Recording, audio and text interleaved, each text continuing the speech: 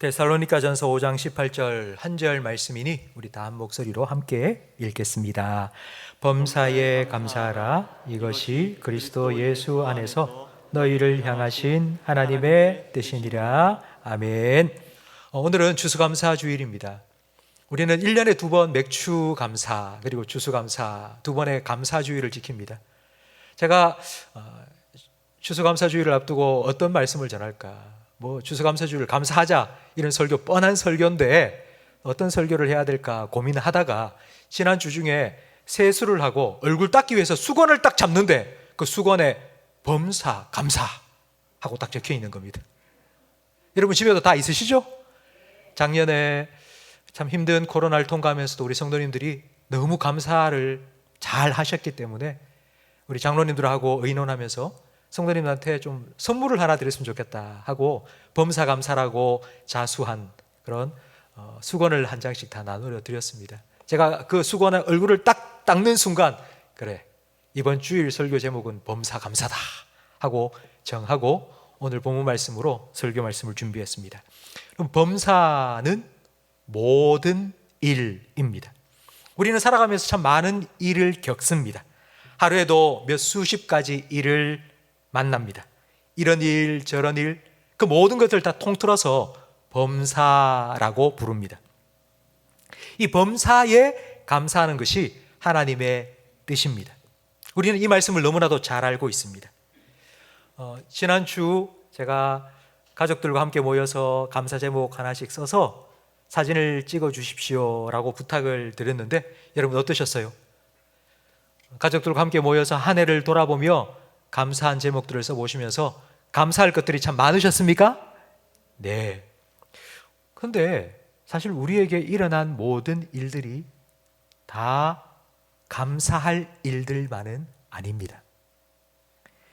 잘 되는 일도 있지만 안 되는 일도 있고 좋은 일이 있지만 나쁜 일도 일어나고요.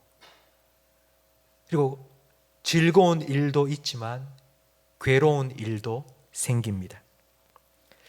범사가 감사가 아닌데 범사에 감사하라는 이 말씀이 조금 부담스럽게 느껴집니다.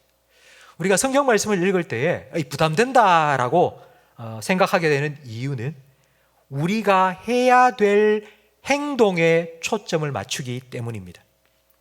범사에 감사해라 이런 행동이 아니라 범사에 감사한다는 것은 우리 자세요, 우리 마음가짐이요, 우리 태도입니다. 행동이라는 것은 했다 안 했다로 판단할 수 있습니다. 그런데 이 태도는 하고 싶다, 하기 싫다로 판단할 수 있습니다.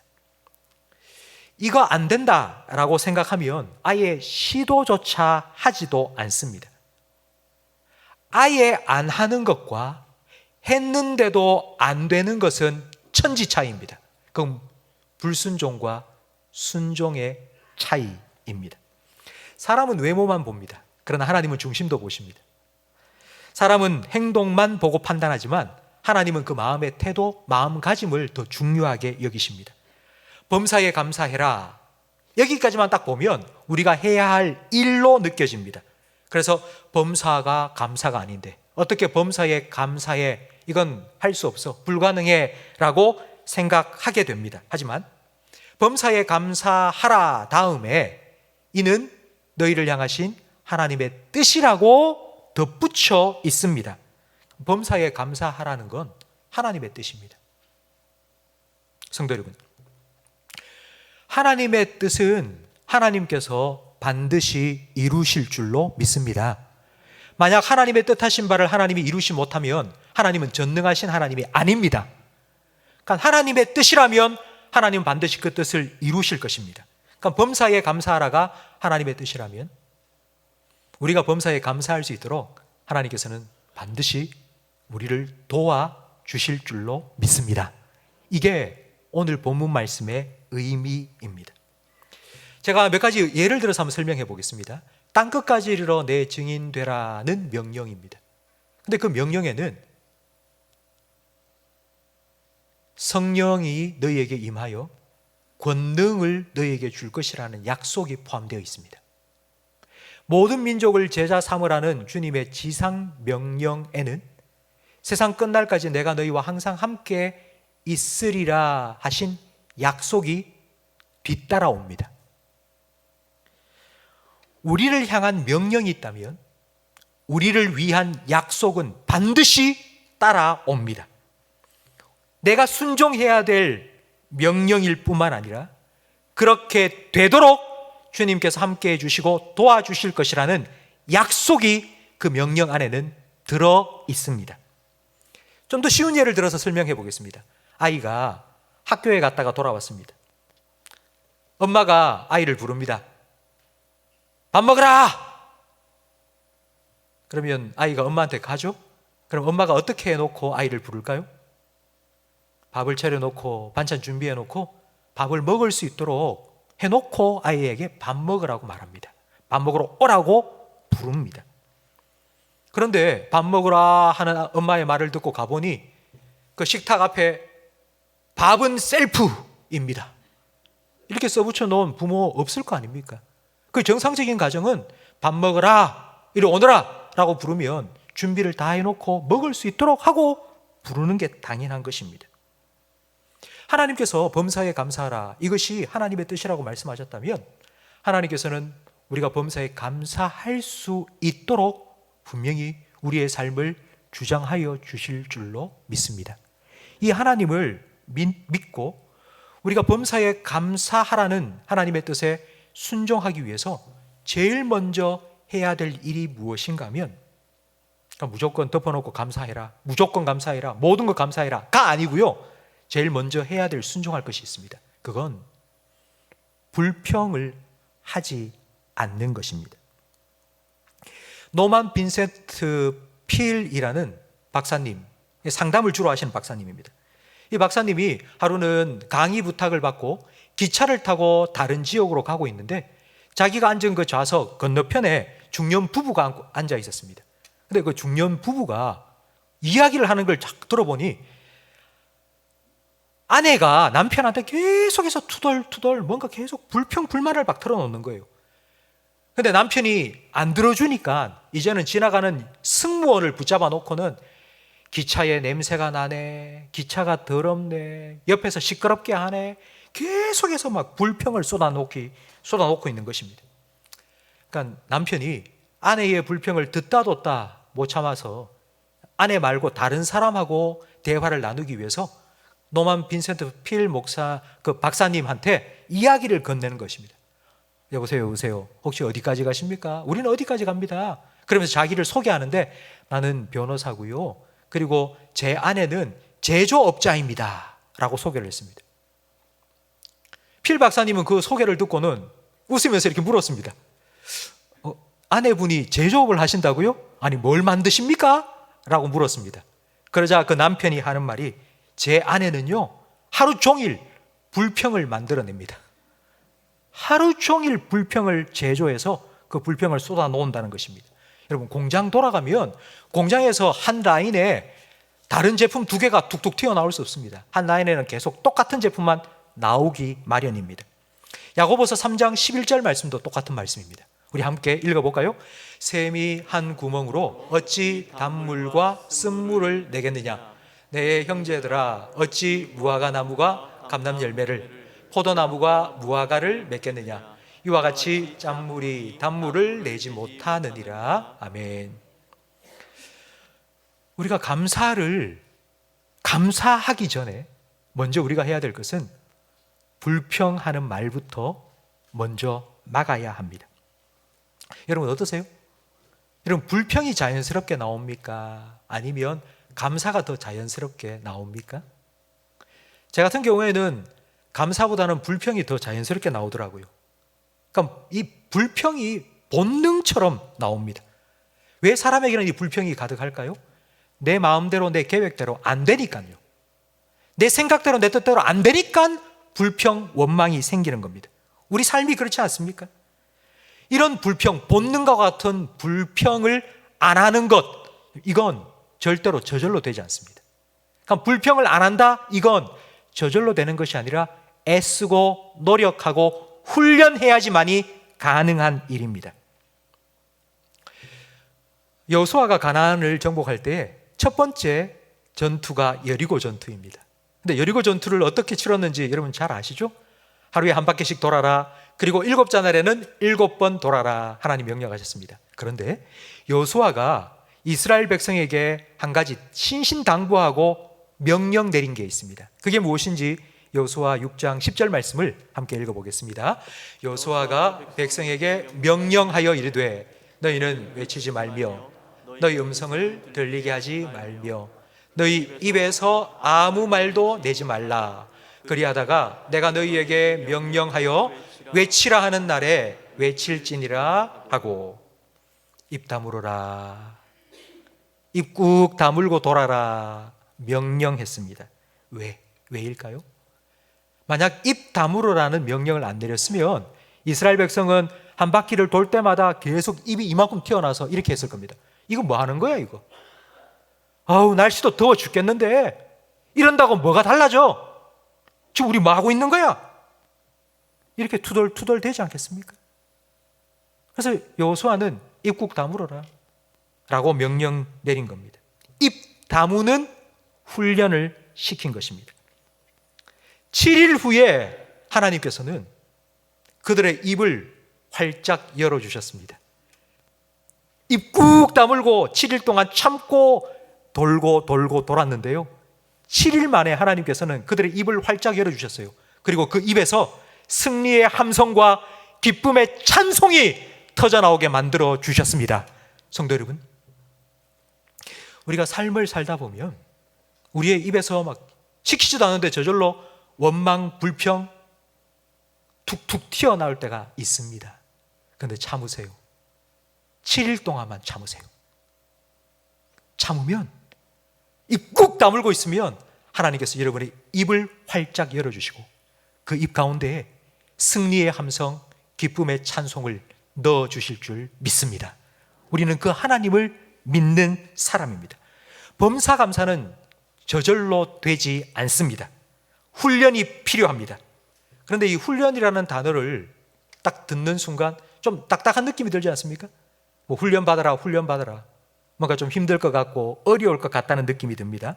근데 요즘은 이 훈련이라는 걸 놀이처럼 합니다. 혹시 팔공산에 있는 시민안전 테마파크에 가보셨습니까? 거기 가면 지하철에 화재가 났을 때 어떻게 대피하는지, 지진이 났을 때 어떻게 대피해야 되는지 그런 걸 체험할 수 있는 공간이 있습니다. 근데 거기에 유치원생, 초등학생들 많이 갑니다. 마치 놀이기구를 탄 듯이 막 집이 흔들리고 연기가 나고 막 사이렌이 윙 울리고 아이들은 게임 삼아 거기에 참여하면서 실제 훈련을 받습니다. 그렇게 대피의 훈련을 몸에 배이도록 만드는 것입니다. 축구 선수들 늘 축구 훈련만 하는 게 아닙니다. 선수들끼리 팀을 짜서 족구 게임을 합니다. 재미있게 공을 차면서 족구 게임을 하면서 공을 자기 몸에 붙이는 훈련을 합니다. 요즘 군대에는요, 전투 훈련을 서바이벌 게임으로 합니다. 모이총을 들고 옷을 입고 탁 하면은요, 불이 반짝 나면서 죽었습니다 라는 메시지가 떠오르고 그렇게 게임처럼 전투 훈련을 하고 있습니다. 하나님께서도 범사에 감사하게 하는 훈련을 우리에게 시킬 때 훈련을 훈련처럼 막 빡시게 시키는 게 아니고요, 하나님도 놀이처럼 게임처럼 우리에게 감사 훈련을 시킵니다. 근데 그 게임이 어떤 게임이냐면 보물찾기입니다. 초등학교 때 소풍 가면은 늘 하던 게 두 가지가 있는데 하나는 장기자랑이고요, 또 하나는 보물찾기입니다. 근데 장기자랑은 늘 나가는 애들만 나갑니다. 노래 잘하고 춤 잘 추는 애들, 몇몇 애들만 나가고요. 근데 이 보물찾기는 모든 학생들이 다 참여할 수 있습니다. 혹시 여러분은 보물찾기를 할 때에 많이 찾는 편입니까? 아니면 많이 못 찾는 편이셨습니까? 저는 보물찾기 하면 잘 못 찾는 편이었습니다. 다른 친구들은 여기 있다! 나 찾았다! 그렇게 막 얘기하는데 저는 아무리 찾아도 보물이 안 보이는 거예요. 왜냐하니 저는 보물찾기를 진짜 보물을 찾는 것처럼 찾았기 때문입니다. 보물이를 그냥 아무데나 두지 않았을 거야. 꽁꽁 숨겨두었을 거야 생각하고는 정말 사람들이 안 가는 곳, 정말 숨겨둘 만한 곳, 그런 곳만 찾아보니 제가 보물을 찾을 수가 없었습니다. 제가 대학생이 되고 유년부, 교회학교 유년부 교사가 되었습니다. 유년부가 야외 예배를 가서 보물찾기를 했는데요, 그 보물을 숨기는 걸 제가 맡았습니다. 근데 제가 보물을 어디에 숨겼을까요? 아무도 찾을 수 없는 곳에 숨겼을까요? 아니면 잘 찾을 수 있는 곳에 숨겼을까요? 삐죽이 보이게, 요만큼 나오게, 완전히 숨기는 게 아니라 조금씩 조금씩 보이게, 여러분, 보물을 숨긴 게 아니라 보이게 놔뒀습니다. 그 이유는 찾으라고, 쉽게 찾으라고, 못 찾는 사람 한 명도 없게 다 찾으라고. 그래서 보이도록. 하나님께서도 마찬가지입니다. 하나님께서도 우리 일상에 감사의 보물을 하나씩 하나씩 좀 보이도록 숨겨두셨습니다. 왜 그냥 주시지 않을까요? 그럼 보물 찾기 말고 그냥 땅바닥에 훅 깔아놓으면 되잖아요. 그 이유는 땅바닥에 쭉 깔려 있으면 그거 쓰레기인 줄 압니다. 그냥 땅바닥에 늘려 있으니까 쓰레기. 하나님께서는 그게 쓰레기라고 버리지 않도록 좀 애써 관심을 기울이고 찾으라고 보물찾기 훈련을 우리에게 시킨 것입니다. 그러니 성도 여러분, 하루를 살아가면서 휙휙 바쁘다고 그냥 지나가지 마세요. 조금만 주의를 기울이시고 여러분의 삶을 살펴보세요. 제가 참 좋아하는 시가 있습니다. 나태주 시인이 쓴 풀꽃이라는 시인데요, 제가 설교 시간에 여러 번 여러분에게 소개해드린 시입니다. 자세히 보아야 예쁘다, 오래 보아야 사랑스럽다, 너도 그렇다. 참 짧은 시죠. 근데 제가 설교 준비를 하면서 이 시가 갑자기 생각났습니다.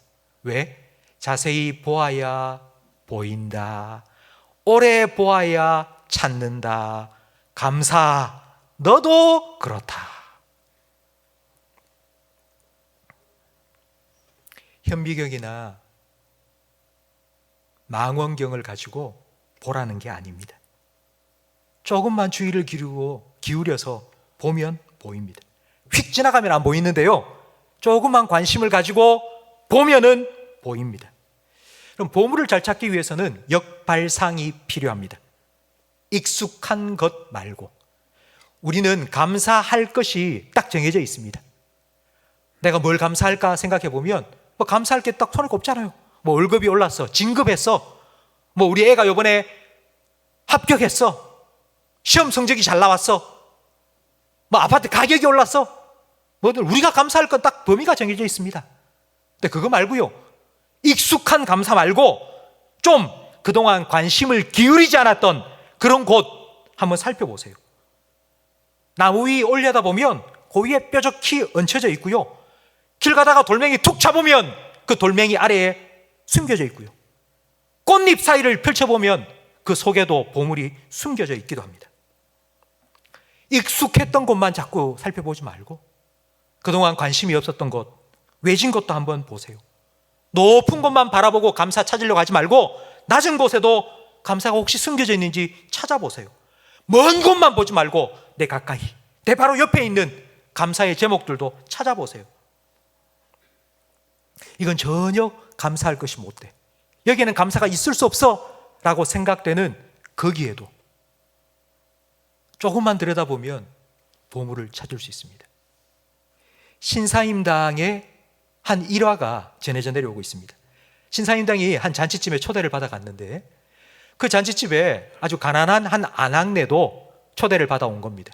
근데 입을 옷이 없었기 때문에 자기 옆집에서 치마 저고리를 빌려 입고 왔습니다.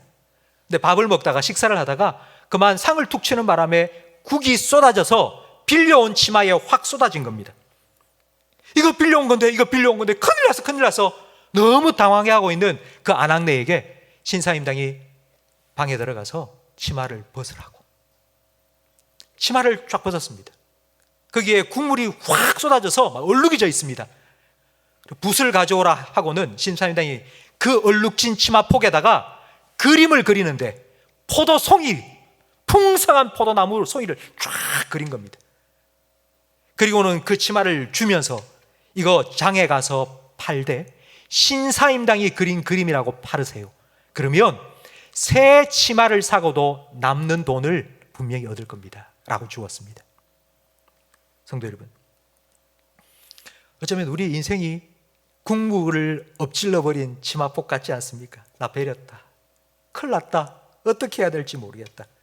여러분, 하나님께서 그 치마폭에 터치 한 번만 해주시면요, 하나님의 작품이 될 줄로 믿습니다. 한 달 전에 한 성도님한테 연락을 받았습니다. 집안에서 그만 넘어지시면서 손을 집었는데 손이 복합골절이 일어나서 심도 받고 수술을 하셨다는 거예요. 전화를 드렸습니다. 아이고, 괜찮으세요? 많이 아프셨죠? 아이고, 힘드시겠네요. 그러니까 그분이 첫 마디로 하는 말이 뭐냐면, 목사님, 제가 딱 넘어지는 순간 부러졌다는 거 알았는데 그때 제 입에서 튀어나온 말이, 아이고, 하나님 감사합니다, 감사합니다. 다리가 안 부러지고 팔이 부러져서 감사합니다. 정말 그 말이 튀어나왔다는 거예요. 국을 쏟은 것처럼 자기가 실수해서 넘어져서 팔을 부러뜨렸음에도 불구하고 하나님께서 다리 부러지지 않도록 지켜주셨다는 하나님의 손길을, 하나님의 터치를 그분은 발견하고 하나님께 감사하시더라고요. 성도 여러분, 여러분의 삶의 구석구석 찾아오셔서 하나님께서 터치해 주신 하나님의 손길을 찾아보세요. 하나님 어떻게 나를 인도해 주셨고 하나님께서 어떻게 나를 보호해 주셨는지를 여러분 한번 찾아보세요. 만약 그 하나님의 손길이 없었다면, 만약 그 하나님의 손길이 없었다면 어떻게 되었을지도 생각해 보세요. 저는 너무 끔찍하더라고요. 제 삶에 그런 하나님의 인도하심, 하나님의 보호하심 만약 없었다면 생각하기도 싫은 거예요. 너무 끔찍한 거예요. 얼마나 감사합니까? 감사의 보물찾기를 하십시오. 하나를 찾으면요 또 찾고 싶어요. 여기도 있네, 여기도 있네, 여기도 있네, 여기도 있네. 하나님께서는 우리의 삶에 감사가 계속하여 흘러나오도록 우리를 훈련시켜 주시기 위해서 감사의 보물찾기를 지금도 계속 해나가고 계십니다. 가정예배를 드리면서 가정예배 상에 감사 제목을 써서 인증샷을 찍어 보내면 가족 외식 상품권을 보내드리겠다라고 약속했는데 보내주신 분들 참 많으세요. 그래서 우리 앞 강대상 앞에 쭉 붙여놓았는데요, 어제 우리 보내주신 분들한테 다 가족 함께 드실 수 있도록 외식 상품권을 다 보내드렸습니다. 여러분 어떠셨어요? 막상 감사할 거 쓰자 하고 모여서 펜을 딱 들고 쓰려고 하면 여러분 잘 생각 안 나죠? 좀 막연하지 않습니까? 저도 그랬습니다.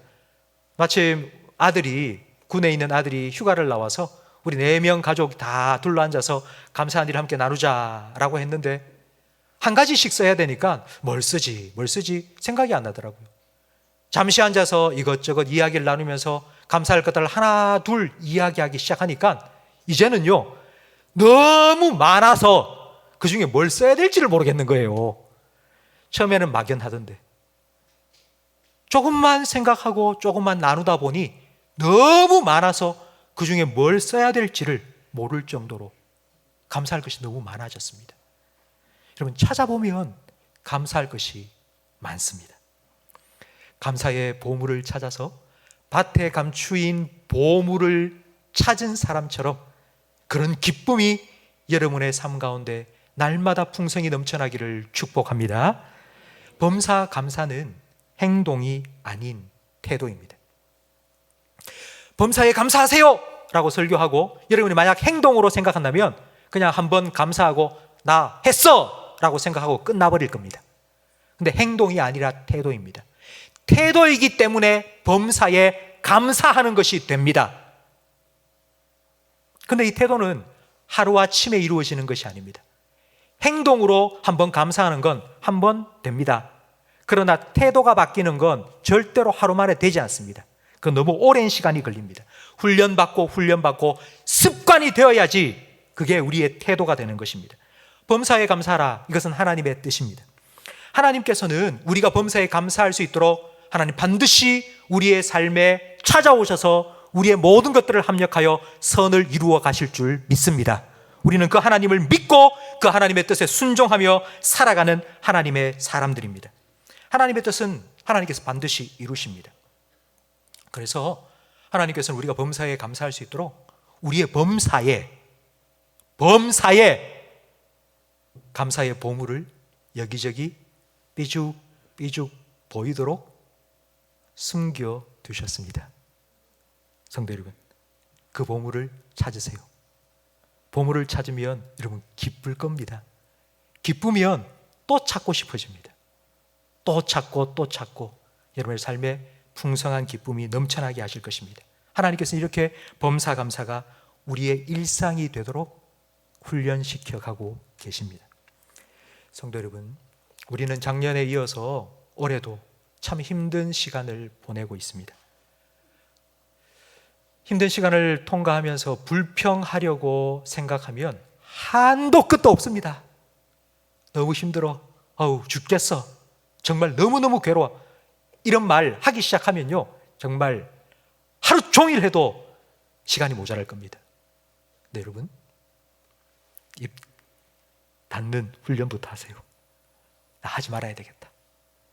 범사에 감사라 했으니까 불평하는 말 나 하지 안 하겠다. 잠깐 입을 닫으시고 여러분의 삶에 하나님의 손길을 한번 찾아보십시오. 감사의 보물을 찾아보세요. 살아있는 게 감사하지 않습니까? 큰 사고 일어나지 않은 것 감사하지 않습니까? 건강 지켜주셔서 이렇게 교회에 걸어와서 찬양하고 예배 드릴 수 있음이 감사하지 않습니까? 살아갈 때에 뭐 입을 것, 먹을 것 다 주셨지 않습니까? 이것도 감사하고요. 그럼 혹시 여러분 중에 밤에 잠잘 때 별이 보이고 비가 뚝뚝 떨어지고 혹시 그런 데서 주무시는 분 혹시라도 계십니까? 안 계시지 않습니까? 지붕 덮인 집에서 우풍이 세고 좀 그러더라도 일단 쉴 수 있는 집이 있고 방이 있으니 감사하지 않습니까? 대한민국에 태어나서 이렇게 좋은 나라에서 살아갈 수 있음이 또 감사하지 않습니까? 내 옆에 나와 함께 해주는 사람, 가족이 있고 그리고 성도가 있음이 감사하지 않습니까? 나를 위해서 기도해 주는 사람들이 있으니 이 또한 감사하지 않습니까? 무엇보다도 하나님을 내 아버지로 모시고 살아갈 수 있는 믿음이 있으니 얼마나 감사합니까? 저는 이 믿음이 없으면 제가 어떻게 살까 생각이 됩니다. 하나님을 믿고 사는 것이 저는 너무너무 감사합니다. 성도 여러분, 감사의 보물 찾으시고 밭에 감추인 보배를 찾은 사람처럼 기쁨을 누리며 살아가시기를 주님의 이름으로 축복합니다. 여러분의 일상이 감사가 되고 여러분의 감사가 일상이 되기를 주님의 이름으로 축원합니다.